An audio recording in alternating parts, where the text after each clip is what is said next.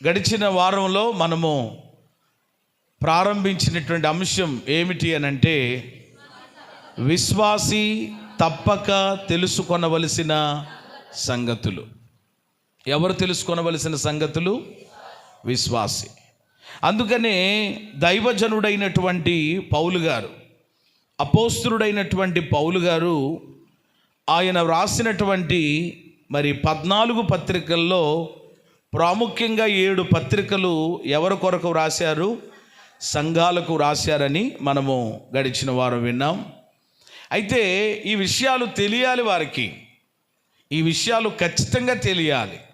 అందుకనే దైవజనుడు ప్రాముఖ్యంగా ఆ సంఘాలకు ఆ విషయాల్ని పత్రికా రూపంలో అందించటం జరిగింది.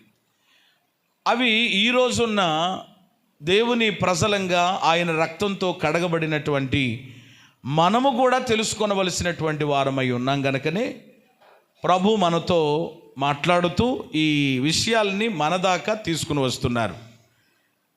మనము తెలుసుకోవలసినటువంటి సంగతులు, లేక దేవుని పిల్లలంగా మనము తెలుసుకోవలసినటువంటి సంగతులు ఏమిటి? చదువుకున్నాం కదా మనము. అపోస్తలుడైన పౌలు కొరింథీయులకు రాస్తూ 10వ అధ్యాయము 1వ వచనంలో, సహోదరులారా, ఈ సంగతి మీకు తెలియకుండుట, అది మన యొక్క థీమ్ లేక మన యొక్క అంశం. ఈ సంగతి మీకు తెలియకుండుట నాకు ఇష్టం లేదు. అంటే మీకు ఈ విషయం తెలియాలి, తప్పకుండా ఖచ్చితంగా తెలియాలి అని దైవజనుడు ఆ విషయాల్ని సంఘానికి తెలియచేస్తున్నారు. ఈ యేసుక్రీస్తు మహిమ మందిరంలో ఉన్న మనం కూడా ఈ సంగతులు తెలుసుకోవాలి. ఎందుకు తెలుసుకోవాలి అని అంటే, చెప్పండి, ఎందుకు తెలుసుకోవాలి? తెలుసుకోవడం ఎందుకు? అలాగున చేయడానికి. అది కేవలం తెలుసుకోవడం, ఓహో అలాగా దేవునికి ఇష్టంగా ఉండాలా. గడిచిన వారం 2 విషయాలు ప్రభు మనతో మాట్లాడారు కదా. మొదటిది ఏమిటి? దేవునికి మనము ఇష్టలుగా ఉండాలి. రెండవది ఫలములు ఫలించాలి. ఇది తెలియాలి మీకు అని దైవజనుడు సంఘానికి తెలియజేశారు. ఏమంటే ఆయన తెలియపరిచినటువంటి ముఖ్య ఉద్దేశం ఏమిటి అని అంటే, అలాగున మనము ఉండాలని. అంతేగాని తెలుసుకుని నేను ఈ విషయాలు తెలుసుకున్నాను అని చెప్పుకోవడానికి కాదు. ఏమంటే మనం పెట్టుకోవడానికి, దాచుకోవడానికి కాదు. ఏదైతే మనము తెలుసుకున్నామో, ఏదైతే మనము విన్నామో, లేక ఏదైతే మనము నేర్చుకుంటున్నామో ఆ ప్రకారంగా మనము జీవించడానికి, జీవించడానికి మనము ప్రయత్నం చేయడానికి, గత శుక్రవారం నేను చెప్పినట్లుగా ముందుకు సాగడానికి, అది మాత్రం దయచేసి దేవుని పిల్లలు మర్చిపోవడానికి వీల్లేదు. ఈ సంగతులు మనకు తెలియాలి. ఏంటి మనము తెలుసుకోవలసిన సంగతులు అనంటే, 5 సంగతులు నేను చెప్పాలనుకున్నాను. సమయాన్ని బట్టి గడిచిన వారు 2 సంగతులు చెప్పాను. ఈరోజు 3 సంగతులు మనము ధ్యానించి ఈ వర్తమానాన్ని మనం ముగించుకుని ఒక మంచి తీర్మానంతో మనము ముందుకు సాగుదాం. మనము తెలుసుకొనవలసినటువంటి సంగతులలో మొదటి సంగతి ఏమిటి అని అంటే, దేవునికి మనము ఇష్టలుగా ఉండాలి. చెప్పండి అందరూ ఒకసారి. ఎవరికి ఇష్టలుగా ఉండాలి? మనం ఎవరికి ఇష్టంగా ఉన్నా లేకపోయినా అది వేరే విషయం. కానీ మొట్టమొదట మాత్రం చెప్పండి, అది ఫస్ట్ ఆఫ్ ఆల్ మనము దేవునికి మొదట ఇష్టంగా ఉండాలి. దేవునికి ఒక వ్యక్తి ఇష్టమైతే ఆ వ్యక్తి అందరికీ కూడా ఇష్టంగానే ఉంటాడు. ముందు మనము దేవునికే ఇష్టంగా లేకపోతే ఇంకెవరికి ఇష్టంగా ఉంటాం? కనుక దానిని గురించి మనము ఆలోచించాం. రెండవది ఫలములు ఫలించాలి. ఫలములు ఫలించడం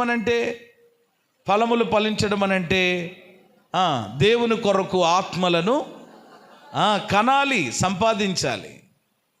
ఈరోజు చాలామంది సంఘంలో ఎక్కువ జాబితా ఆధ్యాత్మిక గొడ్రాలుతనంతో ఉన్నారు.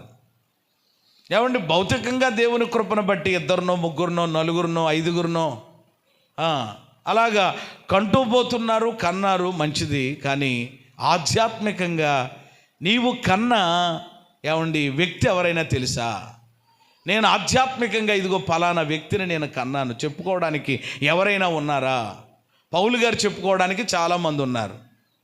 నా ఆత్మీయ కుమారుడు ఎవరు అనంటే తిమోతి అంటాడు. ఎవరు? తిమోతి. ఇలాగా ఫిలోమోను, ఇలా చాలామంది ఉన్నారు అని చెప్పుకోవడానికి. మీరు కూడా చెప్పుకుంటున్నారు, మీ అమ్మాయిల పేర్లు అబ్బాయిల పేర్లు చెప్పుకుంటున్నారు, మా వాడండి అలాగండి ఇలాగండి అని. కానీ ఆధ్యాత్మికంగా మీరు ఎవరి పేరైనా చెప్పగలరా? ఇదిగో పలానా వ్యక్తినండి నేను నా సువార్త ద్వారా, నా ప్రార్థన ద్వారా, నేను నా దేవుని యొక్క ప్రేమను అందించి ఇదిగో నేను కన్నానండి, సంఘంలో చేర్చానండి. ఆ సహోదరుడు దేవుని కృపను బట్టి నా ద్వారానే రక్షించబడి సంఘంలోకి చేర్చబడ్డాడని చెప్పుకునే వాళ్ళు ఇక్కడ ఎవరైనా ఉంటే వారిని బట్టి దేవునికి స్తోత్రం. చాలా తక్కువ మందిగా చెప్పారు అని అంటే ఆల్రెడీ మీ పరిస్థితి మీకు అర్థమైంది. కాబట్టి కనీసం ఈ సంవత్సరం చివరి దినములలోనైనా ఓ మంచి తీర్మానం చేసుకుని, ఏమంటే 2026లోనైనా ఆత్మలను కనేవారిగా దేవుడు మిమ్మను ఆశీర్వదించునుగాక. ఎవరిని కనాలండి? ఇప్పుడు కన్నది చాలు. వాళ్ళని ఫీజులు కట్టలేక, వాళ్ళని చదివించలేక మామూలుగా ఉండలేదన్నమాట. రాజేసి చిరునవ్వు నవ్వుతున్నాడు అనమాట. ఏకంగా 3 రండి పాస్టర్ గారు, ఎలాగండి బాబు అని. మంచిది. కానీ మరి ఆధ్యాత్మికంగా నీ పక్కన ఎవరొకరు ఉండాలి, నీ వెనకాల ఎవరొకరు ఉండాలి, నీ ముందు ఎవరొకరు ఉండాలి. నా ద్వారా ఇదిగోనండి అని చెప్పగలగాలి. అలా ఉంటే నిజంగా ఏమండి ఇప్పుడు విశాలపరచబడుతున్నటువంటి చెప్పండి మందిరం ఎలా ఉంటుంది? అలా ఉంటుందా? ఆలోచించేయండి. కాబట్టి ఇక అది మీకే విడిచిపెట్టేస్తున్నాను. ఫలములను మనము ఫలించి ఆత్మలను కని ఒకరోజు దేవుడి దగ్గర మనం ఏం పొందుకోవాలనంటే గొప్ప బహుమానం పొందుకోవాలి. స్తోత్రం కలిగినగా. మీరేమనుకోవచ్చు, మరి మేము తీసుకొస్తే మందిరం కనుక ఏమంటే నింపబడిపోతే పాస్టర్ గారు పెట్టి నిండుతుంది అనుకుంటున్నారేమో. పెట్టి పక్కన ఎట్టాడు ముందు. ఇది కాదు ప్రియమైన దేవుని బిడ్డలారా, బహుమానం ఉంది. అలా ఆలోచించే వాళ్ళు కూడా అంటారు కొంతమంది. కాబట్టి మా ఆలోచన అది కాదు. నువ్వు ఒక ఆత్మను దేవుని కొరకు సంపాదించి కంటే బహుమానం ప్రతిఫలం ఎవరి ద్వారా పొందుకుంటావు? దేవుడిస్తాడు. అది చాలా అద్భుతంగా ఉంటుంది అన్నమాట. మామూలుగా ఉండదు. ఇక అది మీరు కూడా పొందాలి. ఆ ఉన్నతమైన స్థితికి వెళ్ళాలన్న ఆశతోటే తప్ప మరొకటి లేదు. ఇక 3వ విషయాన్ని ఈరోజు మనం ఆలోచన చేద్దాం రండి. అపోస్తలుడైనటువంటి పౌలు గారు కొరింథీయులకు రాస్తూ 1 కొరింథీ 12:1 చదువుకుందాం. మరియు సహోదరులారా, ఆత్మ సంబంధమైన వరములను గూర్చి మీకు తెలియకుండుట నాకిష్టము లేదు. చాలు. ఏమండి, ఈ విషయం కూడా అపోస్తలుడైనటువంటి పౌలు గారు కొరింథీలో ఉన్న సంఘానికి చెప్తున్నారు. సహోదరులారా, ఆత్మ సంబంధమైన దేనిని గురించి? వరములను గురించి మీకు తెలియకుండుట నాకు ఇష్టము లేదు. అంటే మీకు ఖచ్చితంగా తెలియాలి. దేని గురించి తెలియాలి? నెంబర్ 3, 3వ విషయం, ఈరోజు సంఘం తెలుసుకొనవలసినటువంటి సంగతులు, విశ్వాసి తెలుసుకొనవలసినటువంటి సంగతులు, ఒక రక్షించబడినటువంటి దేవుని బిడ్డ తెలుసుకొనవలసినటువంటి విషయాలు ఇవి ఈ కడవరి చివరి దినములలో. 3వది ఏమిటి అనంటే వరముల గురించి మనం తెలుసుకోవాలట. అమ్మా, దేని గురించి తెలుసుకోవాలండి? వరములను గూర్చి. వరములు ఏమండి, అవి కూడా ఏ వరములు అనని ఇక్కడ పౌలు మాట్లాడుతున్నారు అనంటే ఆత్మ సంబంధమైన వరములు. ఏ వరములటండి? వరం అనగా అది దేవుడు ఇచ్చేది. దేవుడిచ్చే దాన్నే ఏమంటాం? వరం అంటాం. ఏమండి ప్రియమైన దేవుని బిడ్డలారా, వరములు కొన్ని వరాల గురించి నేను తర్వాత జ్ఞాపకం చేస్తాను లోపలికి వెళ్ళిన తర్వాత. ఆత్మ సంబంధమైన వరములు, ఇది చాలా పెద్ద అంశం. ఒక రకంగా ఆలోచన చేస్తే చాలా పెద్ద అంశం. కానీ మనకున్న సమయాన్ని బట్టి చాలా తక్కువ విషయాలు నేను జ్ఞాపకం చేస్తూ ముందుకు వెళతాను. ఈరోజు చాలామందికి ఒక పిచ్చి పట్టిందట క్రైస్తవ్యంలో చాలామందికి. అదేమిటి అనంటే వరాల పిచ్చి. ఏ పిచ్చి చెప్పండి? వరాల పిచ్చి చాలామందికి. అంటే ఏదో ఒక వరము పొందుకోవాలి. ఆ వరం పొందేసుకుని నేనేమైపోవాలి అనంటే హైలైట్ అయిపోవాలి. ఆ వరం పొందేసుకుని నేను గొప్పవాడిని అయిపోవాలి, గొప్పదాన్ని అయిపోవాలి, నా పేరు మామూలుగా ఉండకూడదు, సంఘములోనైనా బయటైనా అందరూ నా గురించే చెప్పుకోవాలి, మాట్లాడుకోవాలి అని ఒక ఆ విధానముతో, ఒక రకమైనటువంటి అతిశయంతో ఈరోజు అందరూ అని నేను మాట్లాడడం లేదు, కానీ కొందరు ఈ వరముల పిచ్చి కలిగినటువంటి వారిగా క్రైస్తవ్యంలో ఉన్నారట. కానీ ఒక విషయం మనం నేర్చుకోవాలి మొదటిగా. ఏమండి, వరములు ముందా ఫలములు ముందా? ఏముందు చెప్పండి? ఫలము ముందా వరము ముందా? అది ముందు ఫలము, ఫలము తర్వాతే చెప్పండి ఏంటన్నమాట వరం, ఫలము తర్వాతే వరం. కానీ ఈరోజు చాలామందికి ఏమొద్దు, ఫలం వద్దు, ఏం కావాలి? వరం కావాలి, వరం కావాలి. ఆ వరం ఉంటే నేను ఏ విధంగానైనా ఏమండి మొత్తం మీద సంఘములోనైనా సమాజంలోనైనా ఎలాగైనా నేను ముందుకు వెళ్ళిపోవచ్చు. అందుకనే ఇలాంటి వ్యక్తులు సంఘాల్లో కూడా ఉంటారు. పేతురు యోహానులను దేవుడు బలపరిచి వారికి కొన్ని వరాలు ఇచ్చి వారిని దేవుడు వాడుకుంటున్నటువంటి క్రమంలో మనందరికీ తెలుసు. అపోస్తుల కార్యములు చదవకూడదు కానీ 8వ అధ్యాయంలో ఒక వ్యక్తి ఉంటాడు. ఆయన పేరు ఏమిటి అని అంటే గారడి సీమోను. చెప్పండి ఎవరైనా? గారడి. ఈ గారడి సీమోను ఏమండి ఎవరి దగ్గరికి వచ్చాడు అని అంటే పేతురు యోహానుల దగ్గరకు వచ్చి, అయ్యా మీరు ఎవరి నెత్తి మీద చేతులు పెడుతుంటే వాళ్ళు ఏమవుతున్నారు? పరిశుద్ధాత్మను పొందుతున్నారు. అంటే ఆ గిఫ్ట్ లేకపోతే ఆ వరం ఎవరిచ్చారు వాళ్ళకి? దేవుడిచ్చాడు. అయితే ఇప్పుడు ఈయనేమంటాడు, ఆ వరము నాకు కూడా కావాలి, అవసరమైతే దాని కొరకు నేనేం చేస్తాను, కొంత ద్రవ్యం ఇస్తాను, కొంత డబ్బులు ఇస్తాను, ఇదిగోండి 10,000 తీసుకుని ఆ వరము నాకు ఇవ్వండి. మీరు ఎలాగ ఎవరిని ఎత్తి మీద చేతులు పెడితే ఎలాగైతే వాళ్ళు ఆత్మను పొందడమో లేక రోగాలు బాగుపడమే జరుగుతున్నాయో అలాగే సేమ్ జరగాలి, అవసరమైతే తీసుకోండి, ఇదిగో డబ్బులు తీసుకోండి అని మాట్లాడడం జరుగుతుందట. బేరం ఆడుతున్నాడు. అప్పుడు వెంటనే పేతురు గారికి మహా కోపం వచ్చిందనమాట. వచ్చి వెంటనే ఆయన తిట్టినట్లుగా మాట్లాడాడు. ఒక రకంగా చెప్పాలంటే అపోస్తుల కార్యముల గ్రంథం 8వ అధ్యాయములో చదువుతారా ఈ మాట?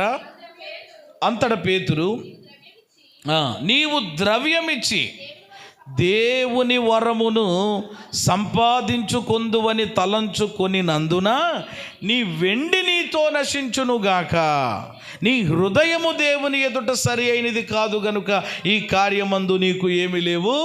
అది నీ వెండి నీతో నశించునుగాక. నీ డబ్బు నీతో ఉంటే ఉండని. డబ్బుతో వరము కొందామనుకుంటున్నావా? వెండితో వరమును కొందామనుకుంటున్నావా అని మాట్లాడి అప్పుడు చెప్పిన మాట, నీ హృదయం దేవుని దగ్గర ఎలా లేదు అని అంటే అందుకని కార్యంలో నీకేమి లేవు అని మాట. కాబట్టి ఈరోజు వరం అనేటువంటిది ఈరోజు అంటే ఈయన ఉద్దేశం ఏమిటి చూసారు? ఈ వరము పొందుకుని పోని దేవుని మహిమ కొరకు ఏదో నేను బ్రతకాలి, జీవించాలి అని అంటే అది వేరే విషయం. కానీ అలా కాదట. ఏమంటే ఇప్పుడు పేతురు యోహానులకు వస్తున్న పేరు నాకు కూడా రావాలి, ఇప్పుడు ఈ వరమును బట్టి ఇంకొంచెం డబ్బు ఎక్కువగా నేను సంపాదించవచ్చు. చూసారా? దుర్బుద్ధితోనమాట. అది సరైనటువంటిది కాదు. అయితే ప్రియమైన దేవుని బిడ్డలారా, దేవుని ప్రజలు, దేవుని పిల్లలు మొట్టమొదటిగా కలిగి ఉండవలసింది ఏమిటి అని అంటే ఫలము తర్వాతే వరము. ఏమండి ఫలములు ఈరోజు వదిలేశారు. ఏం కోరుకుంటున్నారు చాలామంది అని అంటే వరాలు కోరుకుంటున్నారు. ఏమండి ఫలాలు వదిలేశారు, ఫలించటం ప్రక్కన పెట్టారు, వరము కొరకు ఏమండి ప్రాకులాడేటువంటి పరిస్థితులు ఈరోజు కనబడుతున్నాయి. అయితే ఇప్పుడు నేను జ్ఞాపకం చేస్తాను, అసలు మన యొక్క జీవితంలో ఏమండి గొప్ప వరం ఏదైనా ఉంది అని అంటే అన్నిటికంటే గొప్ప వరం. బైబిల్లో చాలా వరాలు ఉన్నాయి. ఈ 12వ అధ్యాయములోనే వరములు ఉన్నాయి. వాటికి పెట్టబడిన పేరేంటి చెప్పండి? కృపావరములు. చెప్పండి ఏమిటి? ఆ మాటలోనే ఉంది కృపావరములు అని అంటే దేవుడు ఆయన కృప ద్వారా అనుగ్రహించేవని. కాబట్టి చాలా ఉన్నాయి. కానీ అన్నిటికంటే ఏమండి గొప్ప వరం ఒకటి ఉంది. చెప్తారా? అదేంటో అమ్మా? ఏటమ్మా? క్లారిటీగా చెప్పాలి. పరిశుద్ధాత్మ అంటున్నారు ఎవరో ఒకళ్ళు. ఒక్క 2-3 మాటల్లో చెప్పండి అంతే, చక్కగా చెప్పవచ్చు. అన్నిటికంటే గొప్ప వరం ఏమిటి? ఏంటి? సింపుల్గా చెప్పండి అంతే, యేసయ్యా అని అంతే. దేవునికి స్తోత్రం కలిగినగా. యేసయ్యనే ఇచ్చారండి, అలా చేశారండి కాదు. అన్నిటికంటే గొప్ప వరం ఏమిటి అని అంటే నా యేసయ్యా. అంతకంటే ఇంకా గొప్ప విషయం ఏముంది? చేతులెత్తి ఒకసారి యేసయ్యకు బిగ్గరగా స్తోత్రం చెప్పు. 2 కొరింథీ 9:15 చదవండి. ఇప్పుడు 2 కొరింథీ 9:15 అంటే అడిగిన ప్రశ్నకు చక్కని సమాధానం అంటారు. అలా చెప్పసఖ్యము కానీ ఆయన వరమును గూర్చి దేవునికి స్తోత్రం అన్నాడు అక్కడ. దేవునికి స్తోత్రం, అందుకని స్తోత్రం చెప్పించాను మీకు. ఇక్కడ దైవజనుడు చెప్పసఖ్యము కానీ ఆయన వరం. ఎవరు ఆ చెప్పసఖ్యము కానీ వరం అనంటే ఆయనే మన ప్రభు అయిన యేసయ్య. ఆ యేసయ్యనే తండ్రి అయిన దేవుడు మనకు ఎలాగిచ్చేసాడు? వరంగా ఇచ్చాడు. ఇంకా ఏ వరము లేదని ఎందుకు ఏమండి బాధపడేటువంటి పరిస్థితి? యేసయ్యే మన బ్రతుకులో, మన జీవితంలో గొప్ప వరం. దేవునికి మహిమ కలుగును గాక. ఇక ఆనంద మాసం చెప్పండి. ఏ మాసం? ఎప్పటి నుంచి? ఆల్రెడీ స్టార్ట్ అయిపోయిందని మీరు ఇంకా రేపటి నుంచి అంటున్నారు. నవంబర్ నెలలో ఆల్రెడీ 25వ తారీఖు నుంచే 23 సెమీ క్రిస్మస్లు, అద్భుత క్రిస్మస్లు, మెగా క్రిస్మస్లు జరిగిపోతూ ఉన్నాయి. ప్రియమైన దేవుని బిడ్డలారా, యేసయ్యనే తండ్రి అయిన దేవుడు మనలను ప్రేమించి ఒక వరముగా ఇచ్చారు. నెంబర్ 1 మొట్టమొదటి వరము ఎవరు అనంటే యేసయ్య. ఆ తర్వాత ఇప్పుడు చెప్పుకోవాలి, ఏమైనా చెప్పుకుంటే ఏంటి? 2వ వరం రక్షణ. ఆయన మనకి రక్షణ అనేది ఎలా ఇచ్చాడు? వరంగా ఇచ్చాడు. ఆ తర్వాత వరం ఏమిటి అని అంటే పరిశుద్ధాత్మ. రక్షణ పొంది ఎవరైతే మారు మనసు పొంది పాపక్షమాపణ నిమిత్తమై ప్రభు అయినటువంటి యేసుక్రీస్తు నామములో బాప్తిసం పొందుతారో వారికి పరిశుద్ధాత్మ అనేటువంటి వరం. హల్లెలూయా. లైన్ అన్నమాట. ప్రతిదానికి బైబిల్ ఒక క్రమము నేర్పించింది మనకు. మొదటి వరం యేసయ్య మన జీవితంలో, ఆ తర్వాత ఆయన మనకి ఇచ్చినటువంటి రక్షణ, ఆ తర్వాత పరిశుద్ధాత్మ, మాట్లాడరే అభిషేకం. ఎవరికి తర్వాత ఇక్కడ చాలా ఉన్నాయి. ఇక్కడ లిస్ట్ అవుట్ చేస్తే చదువుతారా మీరు? ఆ వరముల గురించి తెలుసుకోవాలనుకుంటే ఒకసారి మరలా 1 కొరింథీ పత్రిక 12వ అధ్యాయం దగ్గరకు వస్తున్నట్లయితే కొన్ని మాటలు అక్కడ త్వరగా చూపించి నేను ముందుకు వెళతాను. 12వ అధ్యాయంలో 4వ వచనం, కృపావరములు నానా విధములుగా ఉన్నవి, ఆ ఆత్మ ఒక్కడే, మరియు పరిచర్యలు ఒక్కడే. చదవండి. నానా విధములైన కార్యములు గలవు కానీ అందరిలోనూ అన్నిటిని జరిగించి దేవుడు ఒక. 7వ వచనం, అయినను అందరి ప్రయోజనము కొరకు ప్రతివానికి ఆత్మ ప్రత్యక్షత అనుగ్రహింపబడుచున్నది. ఎలాగనగా ఒకనికి ఆత్మ మూలంగా బుద్ధివాక్యము అనుసరించి జ్ఞానవాక్యము, మరొకరికి విశ్వాసము, స్వస్థపరిచే వరము, అద్భుత కార్యములు చేయు వరము, ప్రవచన వరము, భాషలకు అర్థము చెప్పే వరము అనుగ్రహింపబడి ఉన్నది. దేవునికి మహిమ కలుగును గాక. ఇలా చాలా వరాలు ఉన్నాయి, ఒకటి కాదు, చాలా వరాలు ఉన్నాయి. యేసయ్యను వరంగా కలిగిన తర్వాత రక్షించబడి వరముగా ఆ రక్షణ పొందుకుని పరిశుద్ధాత్మ అభిషేకం పొందుకున్న తర్వాత ఇవి చాలా దేవుడు వీటిని ఏం చేశాడట? పంచి ఇచ్చాడట. అయితే ఇక్కడ మనం గమనించవలసినటువంటి విషయం ఏంటంటే తండ్రి అయినటువంటి దేవుడు ఆయన కుమారుడైనటువంటి యేసయ్యనే ఒక వరంగా ఇస్తే ఇప్పుడు వరమైనటువంటి యేసయ్యను చాలామంది ప్రక్కన పెట్టి వేరే వరాల కొరకు ఏమండి ప్రియమైన దేవుని బిడ్డలారా, ఏమండి ఆ ప్రాకులాడేటువంటి పరిస్థితి మనకి క్రైస్తవ సమాజంలో కనబడుతుంది. అంటే వరములు కలిగి ఉండకూడదు అని నేను చెప్పడం లేదు. వరం కావాలి, వరం కలిగి ఉండాలి. ఆ వరము ద్వారా ఏమంటే 2 పనులు జరగాలి. నీకు ఏదైనా ఒక వరం ఉందనుకో, ప్రభుకు స్తోత్రం, అది దేవుడిచ్చినటువంటి. ముందే చెప్పాను కదా, వరం అనేది ఎవరిచ్చేది? అది దేవుని ద్వారా పొందుకునేటువంటిది. ఒకరికి పాటలు పాడే వరం ఉంటుంది, ఆరాధించే వరం ఉంటుంది, ప్రార్థించే వరం ఉంటుంది, చక్కగా పరిచర్య చేసే వరం ఉంటుంది, మంచిగా ప్రతిదాన్ని కూడా ఇది అక్కడ సంగీతం, ఇలా ఒక్కొక్క వరం అన్నమాట. గిఫ్ట్స్ అంటారు ఇవన్నీ. ఈ వరములన్నీ దేవుడు మనందరికీ చెప్పండి ఏం చేశాడనమాట? పంచి ఇచ్చాడు. అయితే ఈ వరములన్నిటి ద్వారా 2 పనులు జరగాలి. ఒకటి దేవుని నామము మహిమపరచబడాలి, 2 సంఘము క్షేమాభివృద్ధి చెందాలి. హల్లెలూయా. 2 జరగాలి అంతే. దేవునికి మహిమ, సంఘానికి అంతే. ఈ రెండు తప్ప నేను ఇంత పాడతానని తెలుసు కూడా, ఇంత లాగి ఏమండి రాగాలు తీసి పాడతానని తెలుసు కూడా, పాస్టర్ గారు ఉపవాస కోటాల్లో నాకు ఏమి ఇవ్వలేదు అని అన్నావంటే అంటే నీ వరాన్ని నువ్వేం చేసుకుందాం అనుకుంటున్నావు? అదనమాట. ఒకసారి పాడేవాళ్ళు కూడా పాటలు ఉండవు కొన్నిసార్లు. అంటే ఇవ్వకూడదని కాదు, అక్కడ పరిస్థితిని బట్టి ఏదో సరేలే. ఇంకొకళ్ళు ఎవరో పాడారు, ఎవరైతే ఏముంది, ఆ బ్రదర్ దేవుని ఏం చేశాడు, మహింపరిచాడు. ఆ సహోదరి ప్రార్థన చేసి దేవుని మహింపరిచింది. ఆయన ప్రార్థన చేశాడు, సంఘానికి చాలా క్షేమం జరిగింది అని అనుకోవాలి తప్ప ఏమో నాకు పాట ఇవ్వలేదు, నాకు ప్రార్థన ఇవ్వలేదు, నా పేరు చదవలేదు. ఏం చదవలేదు? పేరు చదవలేదు, నా పేరు తప్పించేసాడేంటి ఈయన ఇలాగా. అంటే ఎప్పుడైతే మనం అలా అనుకున్నామో అంటే లాభమును మనం అపేక్షించినట్లు.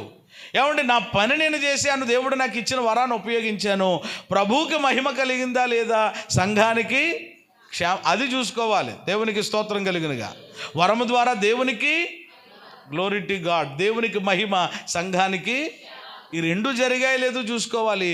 రెండు జరిగితే మంచిది, ఈ రెండు జరగకుండా ఏమంటే వేరే ఆలోచన మనలోనికి వస్తే సరైనది కాదు. కాబట్టి ఫలములు అనేటువంటిది మన జీవితంలో చాలా ప్రాముఖ్యమైనటువంటి సంగతి. ఏమంటే ఫలములు మన జీవితంలో లేకుండా ఏమంటే వరము కలిగి ఉండడం అనేదట నిష్ప్రయోజనం అటండి. ఏమి లేకుండా, ఫలము లేకుండా ఏముంటే వరమున్నా ఏమి లేదనమాట, వేస్ట్. వరాలు ఉన్నాయి, అయ్యో బాబు ఏం వరం అండి. ఒక్కొక్క ఆయన అంటూ ఉంటాడు, నిజంగా ఆయన పాడుతూ ఉంటుంటేనండి దేవదూతలే పరలోకం నుంచి వచ్చేసి నాట్యం ఆడుతూ ఉంటాయండి అన్నట్లుగా ఉంటుంది. ఏముంది ఆయనకి? వరం ఉంది, కానీ ఆ పాడేసి వెళ్ళిపోతాడు కానండి ఎవరి మీద కూడా ఏముండదండి, ప్రేమ ఉండదండి. ఇంట్లో భార్యను కానీ భర్తను కానీ పిల్లల్ని ఎవరిని కూడా అని అన్నారనుకోండి, ఇప్పుడు ఏమైంది? అది మాట్లాడరేమ్మా.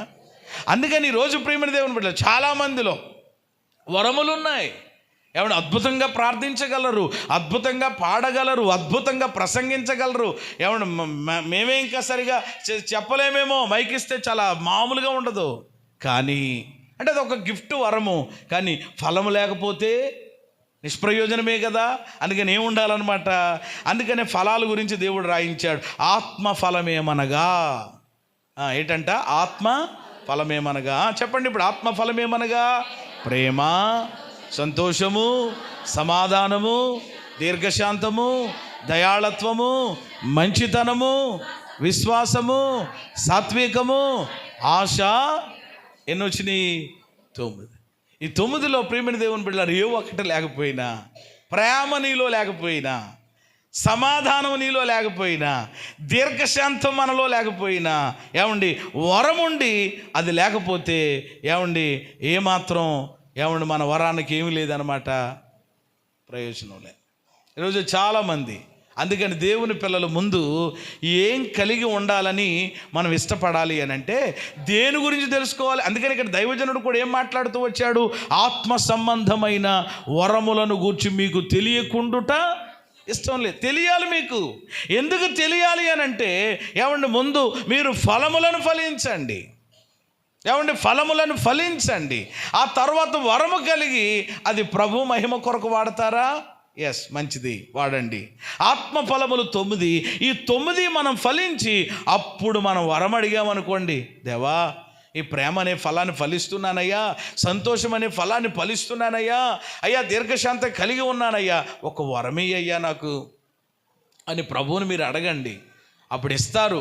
ఆ వరము ద్వారా ప్రభువుని మహిమపరిచే సంఘానికి క్షేమాభివృద్ధి మీ ద్వారా కలిగించండి.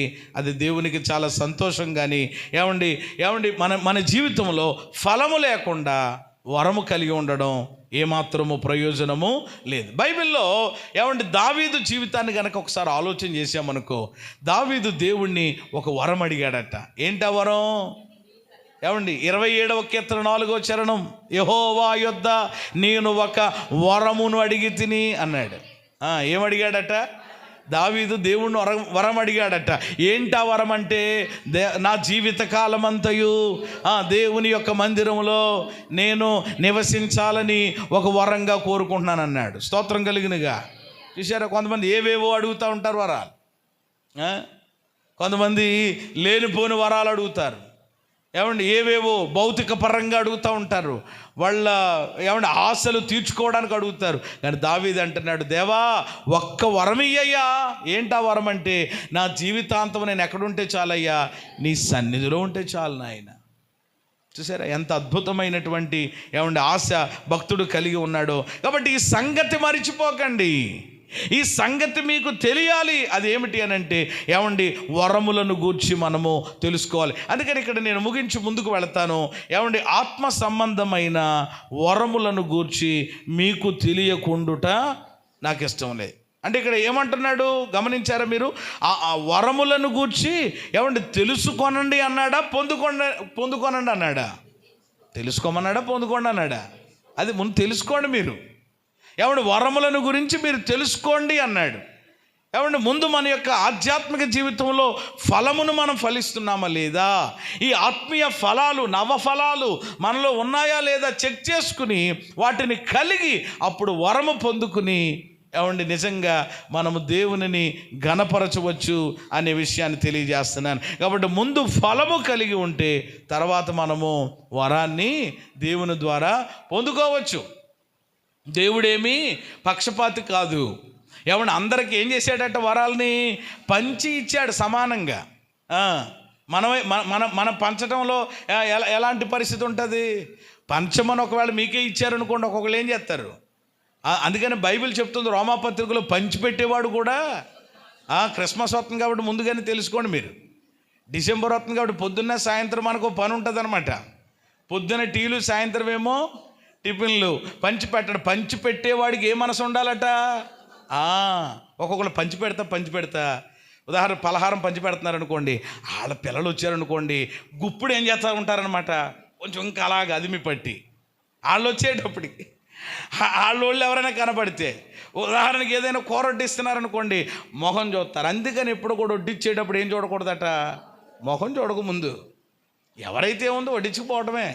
వాళ్ళోళ్ళు కనపడ్డారనుకోండి, తడివి ఎంత తడివినా రావయ్యి ఏమన్నా ముడిసిలే వస్తూ ఉంటాయి.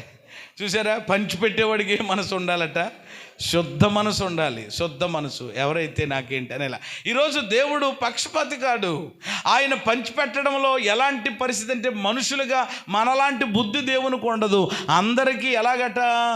సమానంగా. చెప్పండి, అందరికీ ఇస్తాడు. ఆయన వరములను పంచిపెట్టిస్తాడు.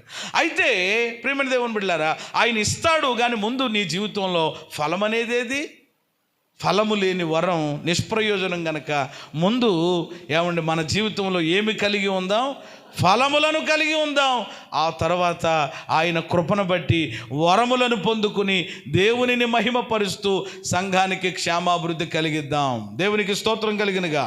అందుకని ఆత్మ సంబంధమైన వరములను గూర్చి మీకు తెలియకుండుట నాకు, అది తెలుసుకోవాలి. మీరు తెలుసుకోండి.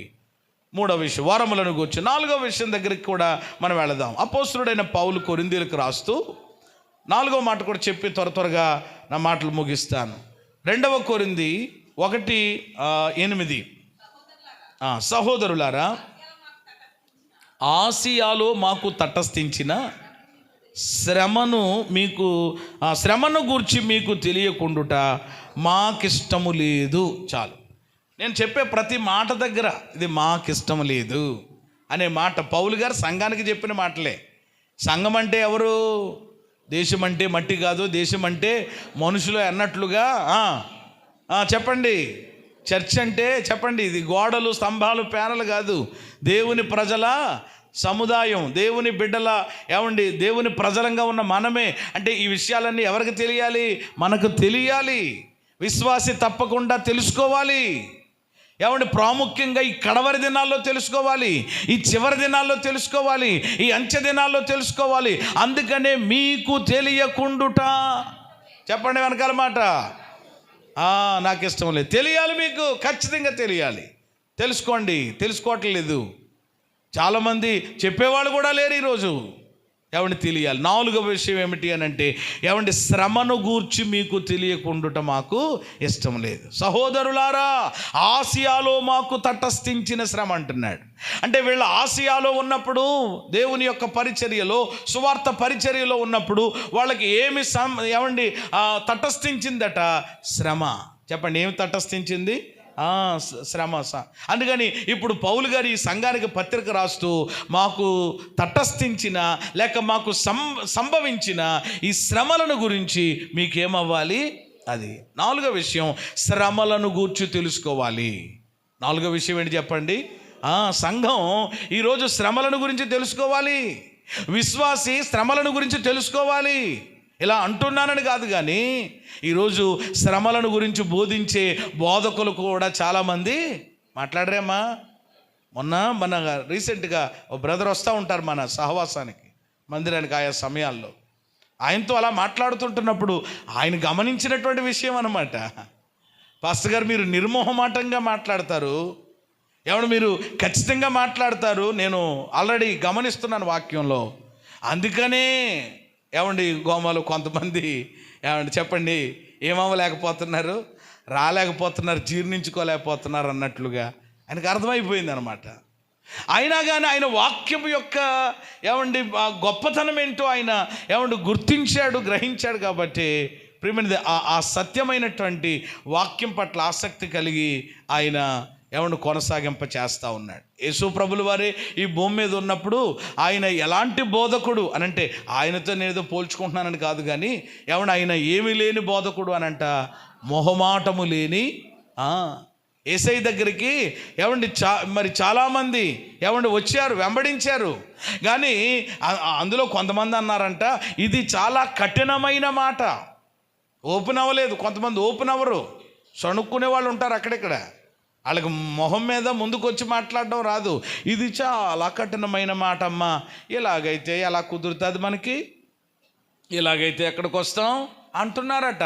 వాళ్ళ మనసెరిగినటువంటి దేవుడు వాళ్ళతో చెప్పినటువంటి మాట ఏంటనంటే, ఇదిగో నా మాట కఠినమైనదని మీరు అనుకుంటున్నారు కాబట్టి నేనేమి మిమ్మల్ని ఇబ్బంది పెట్టడం లేదు, నేను మీకు తెలియచేస్తున్నాను అనుకుని వెళ్ళిపోయారట వాళ్ళు. ఇది కఠినమైన మాట ఎవడు వింటాడని చెప్పి వెళ్ళిపోతే, అప్పుడు యేసయ్య మిగిలిన వాళ్ళతో చెప్పిన మాట ఏంటంటే, మీరు కూడా వెళ్ళిపోవాలనుకుంటున్నారా? మీరు కూడా అంటే ఎందుకని ప్రభువు చెప్తూ ఉన్నారు అని అంటే, ఈరోజు కఠినమైనటువంటి మాటలు లేక కొన్ని ఆధ్యాత్మిక సంబంధమైనటువంటి విషయాలు, కొన్ని మింగుడుగాని విషయాలు చెప్తుంటుంటే కొంతమందికి ఏమవట్లేదు, ఇష్టం అవడం లేదు, జీర్ణించుకోలేకపోతున్నారు. అలాగంటే ఎలా కుదురుతుంది, అలా చెప్తే ఎలా కుదురుతుంది? లేదు. దేవుని ప్రజలు ఖచ్చితంగా మనము తెలుసుకోవలసినటువంటి విషయాలను తెలుసుకోవాలి. నేను ఎప్పుడో ఒక మాట అంటూ ఉంటాను, మనము నేర్చుకోవాలి. చెప్పండి, నేర్చుకుని మార్చుకోవాలి. హల్లెలూయా.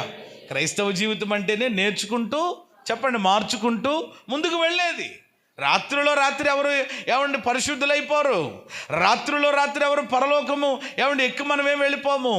ఈ క్రైస్తవ విశ్వాస ఆధ్యాత్మిక జీవితంలో మనం నేర్చుకుంటూ మన జీవితాలు మార్చుకుంటూ సరి చేసుకుంటూ ఆయన రాకడలో ముందుకు కొనసాగించవలసినటువంటి వారమై ఉన్నాం. కాబట్టి శ్రమలను గురించి ఖచ్చితంగా ఎవరికి తెలియాలి? మాట్లాడరేమ్మా, సంఘానికి నీకు తెలియాలి.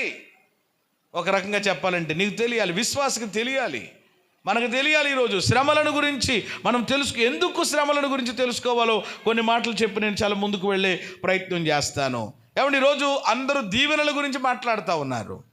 ఇక్కడికి రండి, ఈ పండు తినండి, మీ పరిస్థితి ఏమైపోద్దో. ఇక్కడికి రండి, ఇది మేము అభిషేకం చేస్తాం, మీ పరిస్థితులన్నీ మారిపోతాయి, ఏవేవో చెప్తున్నారు, దీవెనల గురించి మాట్లాడుతున్నారు.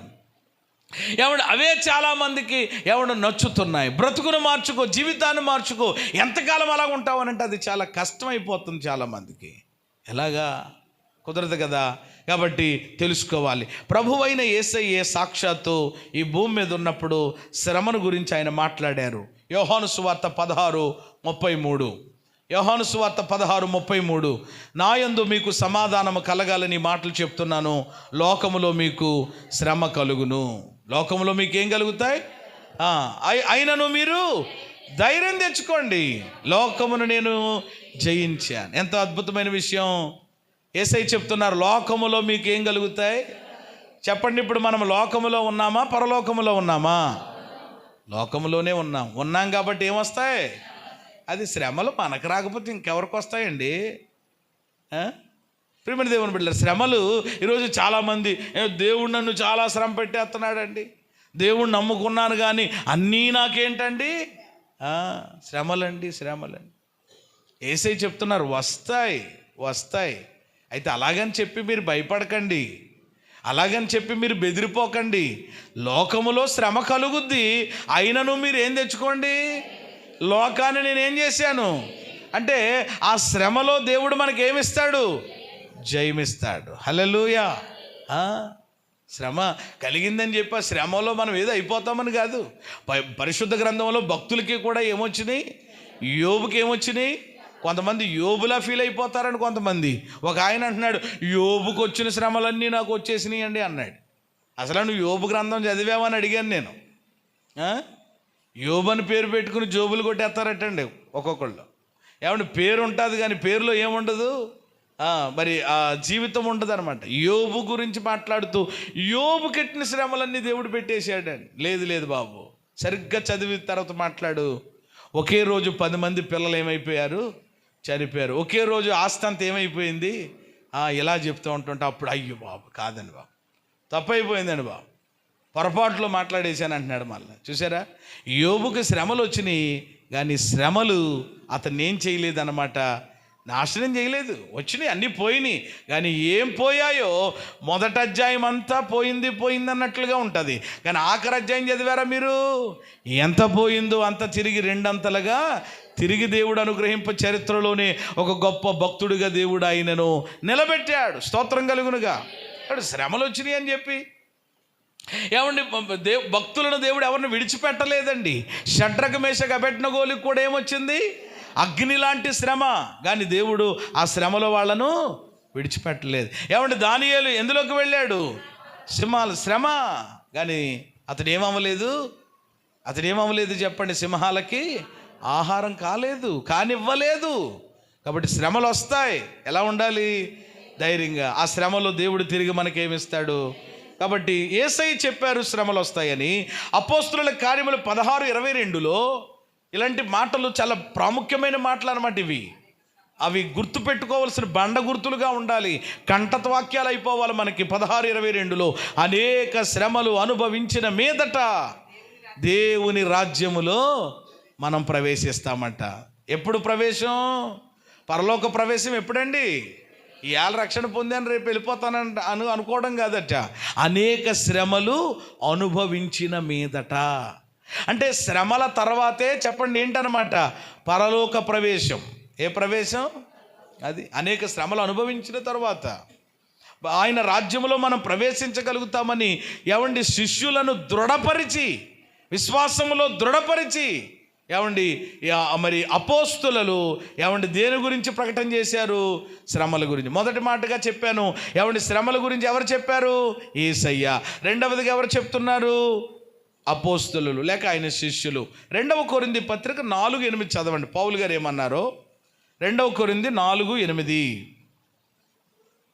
4వ అధ్యాయము 8వ వచనం. ఎటుపోయినను శ్రమ పడుచున్నను ఇరికింపబడిన వారము కాము, అపాయములో ఉన్నను కేవలము ఉపాయము లేని వారము కాము, తరమబడుచున్నాము, దిక్కులేని వారము, పడద్రోయబడి ఉండినను నశించు వారము కాము. యేసు యొక్క జీవం మా శరీరమందు ప్రత్యక్షపరచబడుటకు యేసు యొక్క మరణానుభవమును మా శరీరం ఎల్లప్పుడూ వహించుకొన పోవచ్చున్నాము. చూసారా? ఇంకొక చోట అయితే ఇంకా మొత్తం లిస్ట్ ఇచ్చాడండి పౌలు గారు. ఆయనకు వచ్చిన శ్రమల గురించి, ఆపదలలో ఏమండి మరి కొరడా దెబ్బలు, ఏమండి చలి, ఒకటి కాదనమాట, చాలా ఆ విషయాలు కూడా వాక్యంలో ఉంటాయి, మీరు చదువుకోవచ్చు తర్వాత.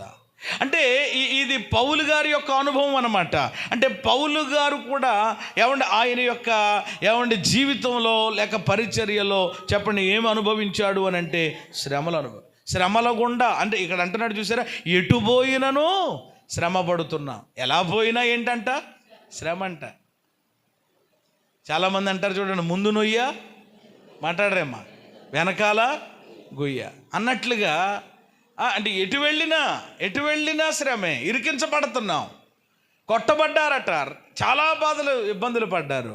అయితే ఇక్కడ గమనించండి, ఏమండి ఆ శ్రమల తర్వాతనే ఏమండి వాళ్ళకి ఒక ఉన్నతమైనటువంటి ఆ స్థితిని లేక బహుమానాన్ని దేవుడిచ్చాడు.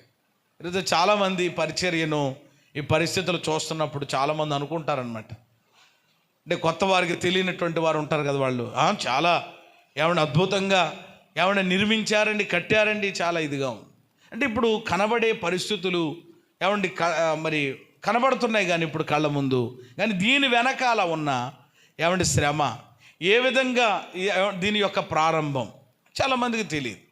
అంటే ఈరోజు ఈ యొక్క స్థితికి మనం వచ్చాము, ఈ కృప మనము కలిగి ఉన్నాము అని అంటే వేటి గుండా మనం ప్రయాణం చేస్తూ వచ్చాము. ఇది ఎప్పుడు మనం మర్చిపోవడానికి, అది లేకుండా ఇది ఉండదు. అందుకనే భక్తుడు కూడా చెప్పాడు, శ్రమ నొంది యుండుట నాకేమాయను. అంటే శ్రమ తర్వాత ఏముందనమాట మేలు, శ్రమ తర్వాత ఏముందనమాట కిరీటం, శ్రమ తర్వాత ఏముందనమాట బహుమానం. అంటే అది లేనిదే ఇది లేదు, ఇది కావాలంటే అది ఏది శ్రమ. కానీ ఇది చిన్నది వస్తే చాలు వెంటనే కొంతమంది అయ్యో బాబు అన్నీ శ్రమలేనండి, జీవితం అంతా నాకు శ్రమలే అయిపోయిందని. నీకు అర్థం కావట్లేదు. నిజంగా శ్రమ పడుతున్నావు అని అంటే అర్థం నీవు దేవుని యొక్క దృష్టిలో ఉన్నావు. హల్లెలూయా. దేవుని చిత్తములో ఉన్నావు, దేవుని ఏర్పాటులో ఉన్నావు. అంతా సాగిపోతుంది బండి, మనం అనుకున్నట్లుగా అయిపోతుందంటే ఇంకేముందండి జీవితం అంటే. కాబట్టి ఈరోజు శ్రమలను గురించి మీకు తెలియకుండుట నాకు ఇష్టము లేదు. శ్రమల గురించి దేవుని సంఘానికి తెలియాలి. ఒక మాట చెప్పనివ్వండి, ఇక్కడ శ్రమలు ఎప్పుడు విస్తరించాయో సంఘము అప్పుడే విస్తరించింది. హల్లెలూయా. శ్రమలు విస్తరించినప్పుడే సంఘం కూడా అది.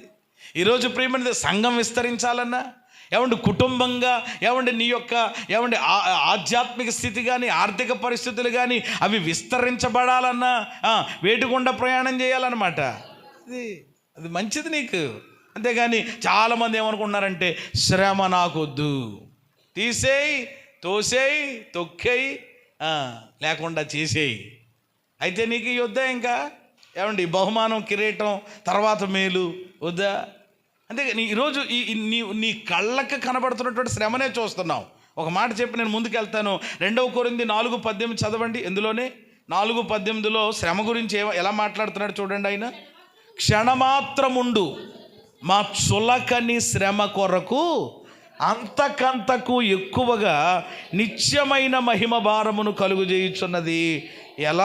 ఎలాగనగా దృశ్యమైనవి అనిత్యములు, అదృశ్యమైనవి.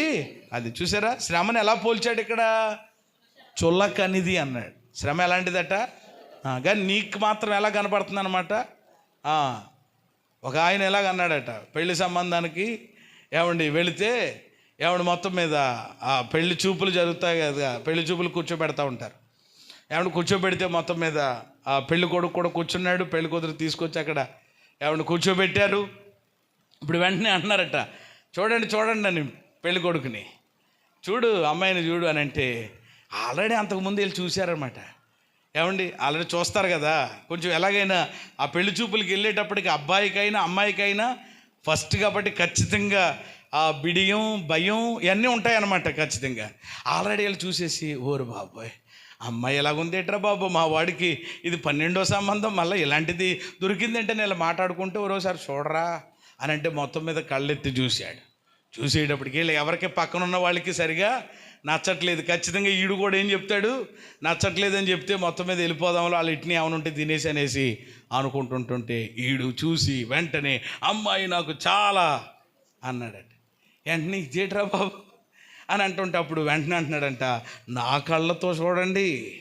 ఏ కళ్ళతో చూడాలట, నా కళ్ళు అంటే చూసారా. అంటే ఆ వ్యక్తికి మొత్తం మీద నచ్చింది. మొత్తం ఎలాగైతే ఆ అమ్మాయికి వాళ్ళిద్దరికీ కూడా దేవుని యొక్క సంకల్పంలో ఏర్పాట్లో ఉందేమో మొత్తం మీద అయిపోయింది అనుకోండి. అంటే ఈరోజు చాలామంది శ్రమను కూడా ఏం చేస్తూ ఉంటారనమాట, అది ఉన్నది ఎంత ఉంటుంది అనమాట, చిన్నదే. దాన్ని ఎలా చూస్తూ ఉంటారనమాట, అలా మనం వెళ్ళి ఏముందమ్మా ఏం పర్లేదని దేవుడు సాయం చేస్తాడంటే మీరు అలాగే చెప్తారండి. మా కళ్ళతో చూడండి, మా దృష్టితో చూడండి, మా వైపు నుండి చూడండి, మీరు ఎన్ని ప్రసంగాలైనా చేస్తారు అనేవాళ్ళు కూడా లేకుండా ఉండరు. కానీ ఇక్కడ చూడండి, ఎటు పోయినా శ్రమ, ఎటు పోయినా ఇబ్బంది అని అన్నీ చెప్తే ఇక్కడికి వచ్చేటప్పటికి ఏమంటున్నాడు ఆయన? చులకని క్షణమాత్రముండు చులకని శ్రమ. అంటే ఆ శ్రమ ఎంతసేపు ఉంటుంది అనమాట? క్షణం. ఆ తర్వాత మాట్లాడరేమ్మా, ఆ శ్రమ పోతే ఏమండి ఆ తర్వాత వచ్చేది నీకు సంబరమే, ఆ తర్వాత నీకు కలిగేది ఆనందమే. కానీ దాన్ని చూడట్లేదు. ఏం చూస్తున్నావు? ఆ అప్పునే చూస్తున్నాం అనమాట. చూస్తానే ఉండాలి. అప్పు పెరుగుతూ ఉంటుంది. చెప్పండి, నీలో బీపీయో షుగరో ఏదో పెరుగుతూనే ఉంటుంది.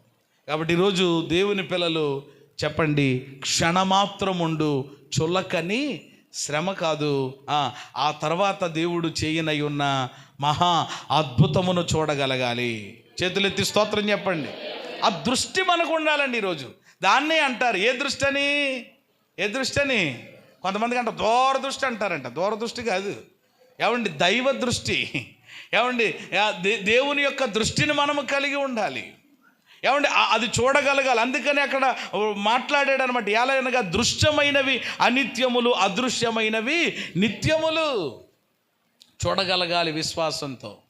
ప్రభు చిత్తమైతే రేపటి దినము నుండి అలా చూడడం రావట్లేదు. కాబట్టి అలా చూడలేకపోవడానికి ఈరోజు చాలామంది విశ్వాసులని పేరు కలిగి ఉంటున్నారు, కానీ విశ్వాసం ఉండట్లేదు. కాబట్టి ఎందుకో ఏమండి ఆ అంశాన్ని మాట్లాడడానికి ప్రభు సహాయం చేస్తున్నారు. విశ్వాసముతో ఏమండి మనము చూడగలిగినట్లయితే దేవుని కార్యాలు ఏమండి దేవుడు తప్పకుండా శ్రమల తదుపరి ఆయన మన జీవితాల్లో అద్భుతమైన కార్యములు ఆయన జరిగిస్తారు. దేవునికి మహిమ కలుగును గాక. కాబట్టి ఇప్పుడు దైవజనుడు అంటున్నాడు ఏమనంటే, ఆసియాలో మాకు తటస్థించిన శ్రమలను గూర్చి మీకు తెలియకుండుట. అది ఏం తెలియాలి మనకి? దేని గురించి తెలియాలమ్మా? శ్రమలను గురించి. చెప్తారా మొదటి నుంచి? మొదటి మాట దేని గురించి తెలియాలి? దేని గురించి తెలుసుకోవాలి మనము? దేవునికి ఇష్టలుగా ఉండాలని.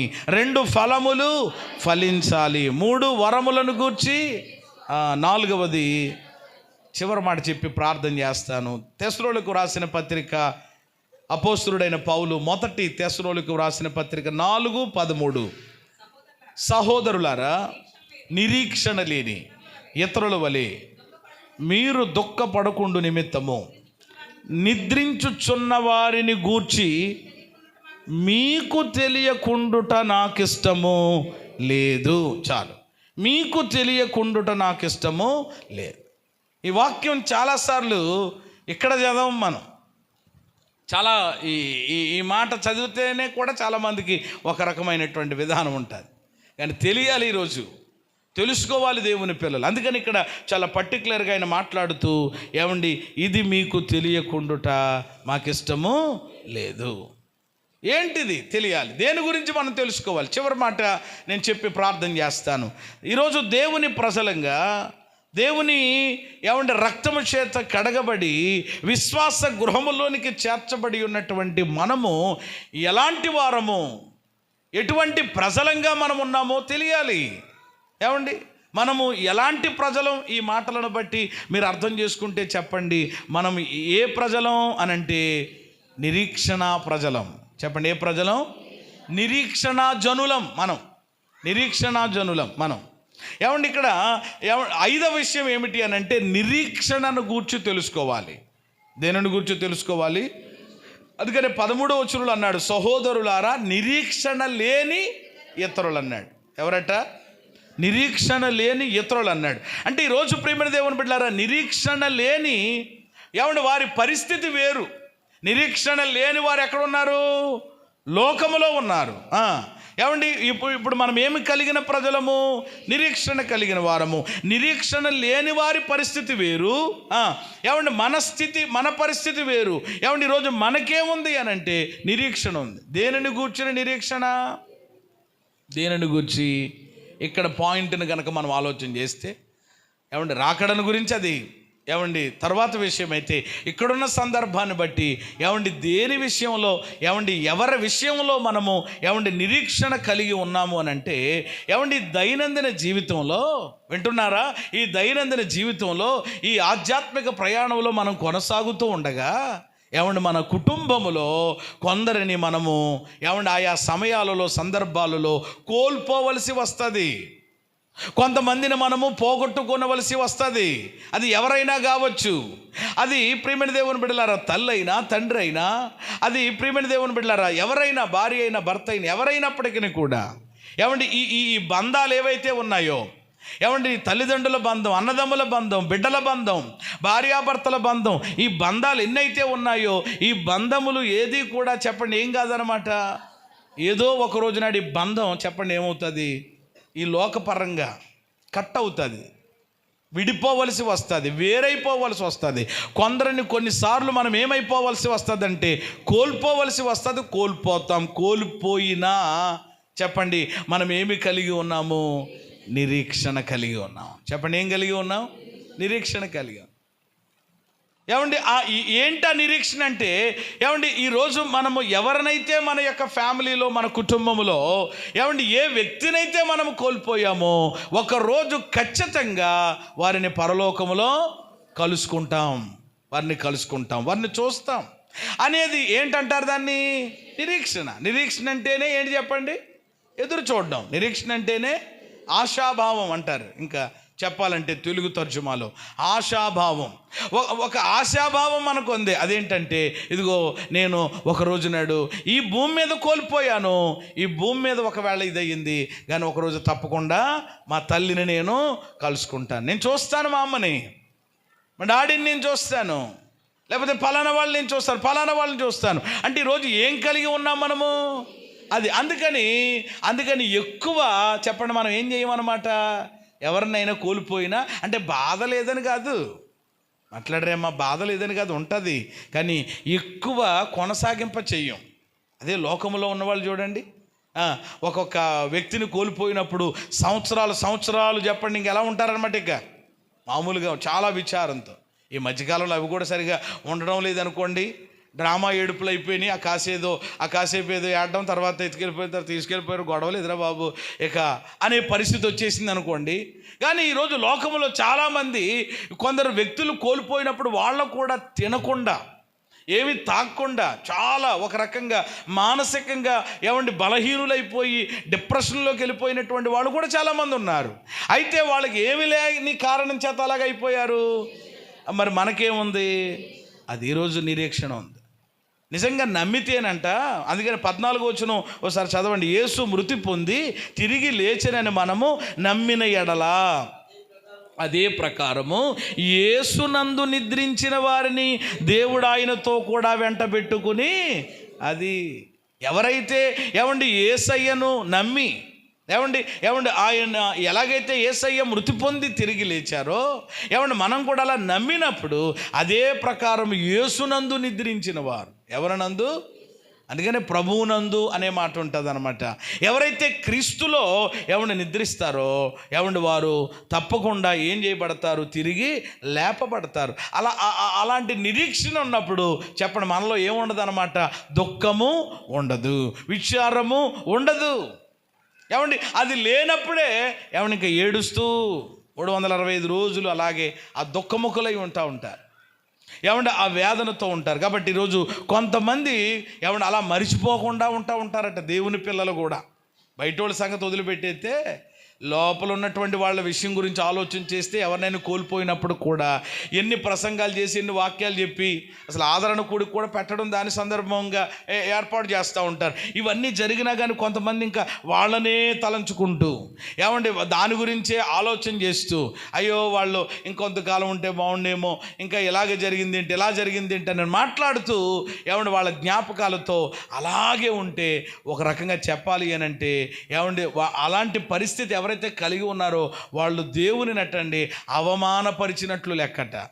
దేవుడిని ఏం చేసినట్లు అంటే ఏమి లేకపోని పరిస్థితుల్లో ఉన్నారు కనుక వాళ్ళు నిరీక్షణ లేకుండా కాబట్టి ఈరోజు చాలామంది విశ్వాసుల్లో కూడా, క్రైస్తవుల్లో కూడా ఇలాంటి పరిస్థితుల్లో ఉండడం అనేది విచారకరం. కాబట్టి ఇక్కడ ఎంత సంపాదించినా మనం పట్టుకుని వెళ్ళేది ఏది కూడా లేదు. ఇక్కడే ఎంత కలిగి ఉన్నప్పటికీ కూడా చెప్పుకోవడానికి అన్నీ ఇక్కడ వదిలేసే వెళతాం. కానీ ఏ వ్యక్తినైతే మనం ఈ భూమి మీద మన యొక్క కుటుంబాలలో మనము కోల్పోయామో ఆ వ్యక్తిని తిరిగి మనము కలుసుకుంటామని, తిరిగి చూస్తాము అనేటువంటి ఆ గొప్ప నిరీక్షణ కలిగినటువంటి వారిగా ఉన్నాం. అందుకని ఇక్కడ అంటున్నాడు, ఈ సంగతి మీకు నిద్రించుచున్న వారిని గూర్చి మీకు తెలియకుండుట మాకు ఇష్టము లేదు. హల్లెలూయా. ఎవరిని గూర్చి? నిద్రిస్తున్నారు వాళ్ళు. నిద్రిస్తున్న వారిని గురించి మీకు తెలియాలి. నిద్రిస్తున్నటువంటి వ్యక్తి చెప్పండి ఏమవుతాడు? మాట్లాడలేరమ్మా. నిద్రపోతున్నవాడు ఏం చేస్తాడు? ఇప్పుడు నిద్రపోతున్నవాడిని పర్వాలేదంట, నిద్రపోతున్నాడు అనుకోండి, నిజంగా వాడే ఏమవుతాడనమాట? లేస్తాడు. కానీ పోతున్నట్లుగా ఏం చేసేవాడిని? నటించేవాడిని మాత్రం లేపలేమ్మా. నిద్రపోతున్నవాడు టైం అయింది అనుకో, చాలు మొత్తం తీరిపోయింది, మొహం కడుక్కుని టీ తాగి మొత్తం పని చూసుకుంటాడు. కాబట్టి నిద్రించుచున్నవారు అనంటే మన ఎవరైతే ఉన్నారో మనకు సంబంధించినటువంటి వాళ్ళు ప్రజెంట్ ఎందులో ఉన్నారనమాట? నిద్రలో, స్లీప్లో ఉన్నారనమాట, విశ్రాంతిలో ఉన్నారు. యేసయ్య ఆగమమున రాకడలో వచ్చినప్పుడు వాళ్ళు తిరిగి ఏమవుతారు? లేస్తారు. నువ్వు వెళ్ళి తాత లిగు, మామ లిగు, ఈస్టర్ రోజు నాడు వచ్చాను, నీకు సెంటు కావాలని కొడుతున్నాను, నీకు మాంసం మొక్క అంటే ఇష్టమని తెచ్చాను అని నువ్వు చెప్పక్కర్లేదు. యేసయ్య పరలోకము నుండి ఆర్భాటముతోనూ ప్రధాన దూత శబ్దముతోనూ ఆయన దిగి వచ్చినప్పుడు క్రీస్తునందుండి మృతులైన వారు, నిద్రపోతున్న వారు ఎక్కడున్నా కానీ వాళ్ళు లెగుతారు. నిజంగా తాత ఇలా పట్టుకొచ్చానని చెప్పి ఈస్టర్ వెళ్తూ ఉంటారు కదా చాలామంది మన వాళ్ళు అక్కలమ్మలో. అలాగా నీకు మీ తాత అంటే, మీ మామ అంటే నీకు చాలా ఇష్టం అని చెప్పి పట్టుకెళ్ళి పెడితే వెంటనే మీ తాత మీ మామ లేచి వచ్చి, నా మనవరాలే, నా తల్లి, నా బంగారు తల్లి, ఎంత ఇష్టమే, ఇప్పుడు కూడా వచ్చేసావనంటే ఏమైపోతావు అసలు నువ్వు? పరిస్థితి ఎందుకు వచ్చినటువంటి పరిస్థితులు ఇవన్నీ? మనకంటూ ఏముందన్నమాట? నిరీక్షణ. నువ్వు పామినా పామకపోయినా, నువ్వు తోమినా తోమకపోయినా సమాధిని, నువ్వు అక్కడ ఏం చేసినా చేయకపోయినా కానీ ఆయన వచ్చినప్పుడు మాత్రం వాళ్ళు ఏం చేస్తారు? లేస్తారు. వాళ్ళతో అప్పటికి మనం బతుకుంటే వాళ్ళతో పాటు మనం కూడా తిరిగి ఆయనతో పాటు ఎక్కడికి వెళతాం? దేవునికి మహిమ కలుగును గాక. నిద్రించుచున్న వారిని గూర్చి మీకు తెలియకుండుట మనము ఏ ప్రజలమంటే నిరీక్షణా జనులం. చెప్పండి అందరూ, ఏ జనులం? మనకంటూ ఏముంది? నిరీక్షణ. మన కోల్పోయిన వారిని గూర్చి నిరీక్షణ ఉంది. యేసయ్య రాకడను గురించి మనకేముంది? శుభప్రదమైన నిరీక్షణ కలిగి ఉన్నాం. ఇది మీకు తెలియకుండుట నాకు ఇష్టం లేదు. తెలియాలి. ఎన్ని విషయాలు ధ్యానం చేసాం మనము? 5 విషయాలు. విశ్వాసి తెలుసుకొనవలసిన 5 సంగతులు. చెప్పండి. మొదటి మాట, దేవునికి ఎలా ఉండాలి మనము? అది బైబిల్లో చాలామంది భక్తుల్ని చూసాం. ఇష్టలుగా ఉండాలంటే ఏం చేయాలో కూడా ఆ విషయంలో మనం ఆలోచన చేసాం. మరి ఎంతవరకు దేవునికి ఇష్టంగా ఉన్నాం? రోజులు మన మీద నుండి దొర్లు వెళ్ళిపోతున్నాయి. సంవత్సరాలు ఇదిగో నవంబర్ అయిపోయి డిసెంబర్ వచ్చేసింది, మళ్ళా జాన్యువరి, హ్యాపీ న్యూ ఇయర్ అనుకోవడానికి సమీపంగా ఉన్నామని చెప్పుకుంటున్నాం. దినములు మాసములు, సంవత్సరములు దొర్లి వెళ్ళిపోతుండగా దేవునికి ఇష్టమైన ప్రియమైన వ్యక్తిగా నీవు, నేను, మనము ఉన్నామా? ఒకసారి చెక్ చేసుకుందాం ఈ కడవరి దినాల్లో. రెండవదిగా మనము ఏం కలిగి ఉండాలని తెలుసుకోవాలి అంటే ఫలములు. అది యేసయ్య తన రక్తంతో నిన్ను కడిగాడు, ఆయన సొత్తుగా చేసుకుని నిన్ను ఆయన సంఘంలో నాటాడు. నువ్వు మరి ఫలిస్తున్నావా? ఫలించే వ్యక్తిగా ఉన్నావా? గొడ్డు చెట్టులాగా ఒకవేళ ఉన్నావా? ఈరోజు ప్రియమైన దేవుని బిడ్డలారా, చాలామంది క్రైస్తవులు గడిచిన ఆదివారం చెప్పాను, మర్రి చెట్టులాగా ఉంటున్నారట. మర్రి చెట్టులాగా కాదు, ఎలా ఉండాలి? అరటి చెట్టులా ఉండాలి. చెప్పండి, ఏ చెట్టులాగా ఉండాలి? అరటి చెట్టు. దాని చుట్టూరు 10 పిలకలు ఉంటాయి. మరి ఈరోజు నీ చుట్టూరు ఎవరినైనా నీవు ప్రభు దగ్గరికి నడిపించిన వాళ్ళు ఎవరైనా ఉన్నారా? ఒకసారి చెక్ చేసుకుందాం కాస్త. లేకపోతే అది కలిగి ఉండాలని ఆశ అయినా పడదాం, దేవుడు సహాయం చేస్తాడు. ఫలములు ఫలించాలి. మూడవది, వరములను గురించి తెలుసుకోవాలి. వరం ఉందా? ఫలం ఉందా? ముందేంటి చెప్పండి? ఫలము లేని వరం నిష్ప్రయోజనం. ఎంత వరం ఉన్నా కానీ ఫలం నీలో లేనప్పుడు ఏంటి ప్రయోజనం? ముందు ఫలాలు కలిగి ఉందాం, ఆ తర్వాత ఆయన కృపను బట్టి వరాలు తప్పకుండా మనకి పంచిస్తాడు. వాటిని పొందుకొని ప్రభువుని మహిమపరుద్దాం, సంఘానికి క్షేమాభివృద్ధి తెద్దాం. 4వది దేని గురించి తెలియాలి, తెలుసుకోవాలి. క్రైస్తవ జీవితం అంటేనే ఏమంటే ప్రియమైనది, శ్రమలు కలుగుతాయని యేసయ్య చెప్పారు.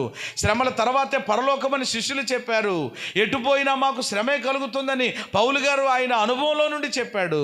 కానీ ఈ శ్రమ మాత్రం ఎలాంటిది అనంటే క్షణమాత్రం ఉండే చులకనిది. ఆ చులకని శ్రమే చూస్తున్నావు తప్ప ఏమండి శ్రమ తర్వాత వచ్చే బహుమానం చూడడం లేదు, శ్రమ తర్వాత మేలు చూడడం లేదు, శ్రమ తర్వాత కలిగే కిరీటం చూడటం లేదు. అది చూస్తే ఈరోజు ఈ శ్రమ. అందుకని యేసన్న గారు సుగుణాల సంపన్నుడు అనే పాటలో ఆఖరి చరణం ఆయన పాడినటువంటి మాట ఏమిటి అనంటే, యేసయ్య నీ కృప తలంచగానే నా శ్రమలు శ్రమలుగా అనిపించలేదు. హల్లెలూయా. ఆయన కృపను తలంచుకుంటే, ఆయన ప్రేమను తలంచుకుంటే, ఆయన కార్యాలను గురించి ఆలోచన చేస్తే శ్రమలు చెప్పండి ఎలాగ అనిపించో? శ్రమే కాదు అసలు, పెద్ద శ్రమ నేను ఏమీ అనిపించట్లేదు, అసలు ఇదేమీ కాదు అని అంటే ఆ భావన మనలో వస్తుంది. కాబట్టి శ్రమల గురించి తెలియాలి. చివరిది ఏమండి దేని గురించి తెలియాలి, నిరీక్షణ. నిద్రించుచున్నవారు ఏమండి సహోదరులారా, నిరీక్షణ లేని వాళ్ళు ఎంతోమంది లోకంలో ఉన్నారు, బాధపడుతున్నారు. మరి నీవు కూడా అలాగుంటే, మనం కూడా వారికిలాగే ఉంటే ఇంకా వాళ్ళకి మనకి చెప్పండి ఏమీ లేదు, తేడా లేదు కదా. నిరీక్షణ ఎవరేమనుకుంటారు అది విషయం ప్రక్కన పెడితే మాకు నిరీక్షణ ఉంది. అందుకనే మరలా ఇప్పుడు కూడా నేను చెప్తాను, అవసరమైతే సాక్ష్యం. మా అమ్మగారు ప్రభు యొక్క సన్నిధికి వెళ్ళినప్పుడు ఏమండి ఆమె దైవ సన్నిధికి వెళ్ళినటువంటి ఆ మరణం నుండి కూడా ఏ ప్రార్థన కూడా ఆగలేదు. చాలామంది అనుకున్నారు కనీసం సింపతి కొరకు, సానుభూతి కొరకు కూడా మరి ఆప్ చేయాలి కదని. లేదు. ఎందుకని ఏమండి మా తల్లి ఎడల ఏమండి కలిగి ఉండవలసిన ప్రేమో ఏమిటో అది మేము కలిగి ఉన్నాం. ఏమండి ఆమె భూమి మీద లేకపోవటం ఏమండి మా శారీరకంగా బాధే, కానీ వాక్యాన్ని బట్టి ఏమండి ఒకరోజు ఆమెను కలుసుకుంటాం, చూస్తాం అనేటువంటి చెప్పండి ఏముందనమాట నిరీక్షణ. అలాంటప్పుడు పరిచర్య ఎందుకు మానేయాలి, ఆరాధన ఎందుకు మానేయాలి? మానవని చెప్పి అన్ని కార్యక్రమాలు చక్కగా జరిగించటానికి ఈ వాక్యాన్ని బట్టే ప్రభు సహాయం చేశారు అని చెప్పడానికి ఒక సాక్ష్యంగా కూడా నేను జ్ఞాపకం చేస్తున్నాను. కాబట్టి ఇవి తెలియాలి మనకి, దేవుని ప్రజలకి, దేవుని బిడ్డలకి. ఏమండి ఎందుకు తెలుసుకోవాలి అని అంటే ఆల్రెడీ ప్రారంభంలోనే, వాక్య ప్రారంభంలోనే నేను చెప్పాను. ఏమండి ఎందుకు ఈ విషయాలని మనం తెలుసుకోవాలి అని అంటే ఏమండి తెలుసుకొనుట, ఏమండి ఇవన్నీ కూడా మన భక్తి జీవితంలో కలిగి ఉండడానికి. నిజముగా ఈ 5 సంగతులు తెలుసుకుంటే దైవ భక్తిలో మనం మరింతగా ముందుకు ఏం చేయగలుగుతాం, కొనసాగగలుగుతాం. కాబట్టి తెలుసుకున్న వాటిని ఆచరణలో పెడదాం. ఏమైనా తెలుసుకున్న వాటిని, నేర్చుకున్న వాటి ప్రకారంగా మన జీవితాలను మార్చుకుని ఈ చివరి దినాల్లో దేవునికి మహిమకరంగా జీవిస్తూ అనేకులకు ఏమండి ఆదర్శవంతంగా, ఆశీర్వాదకరంగా మార్చబడదాం. అట్టి కృప దేవుడు మనకు దయచేయునుగాక. చిన్న మాట ప్రార్థన చేద్దాం. తలలో వంచండి. ఇది మీకు తెలియకుండుట నాకు ఇష్టము లేదు. దైవజనుడు చెప్తున్నాడు, తెలియాలి. ఇది దేవునికి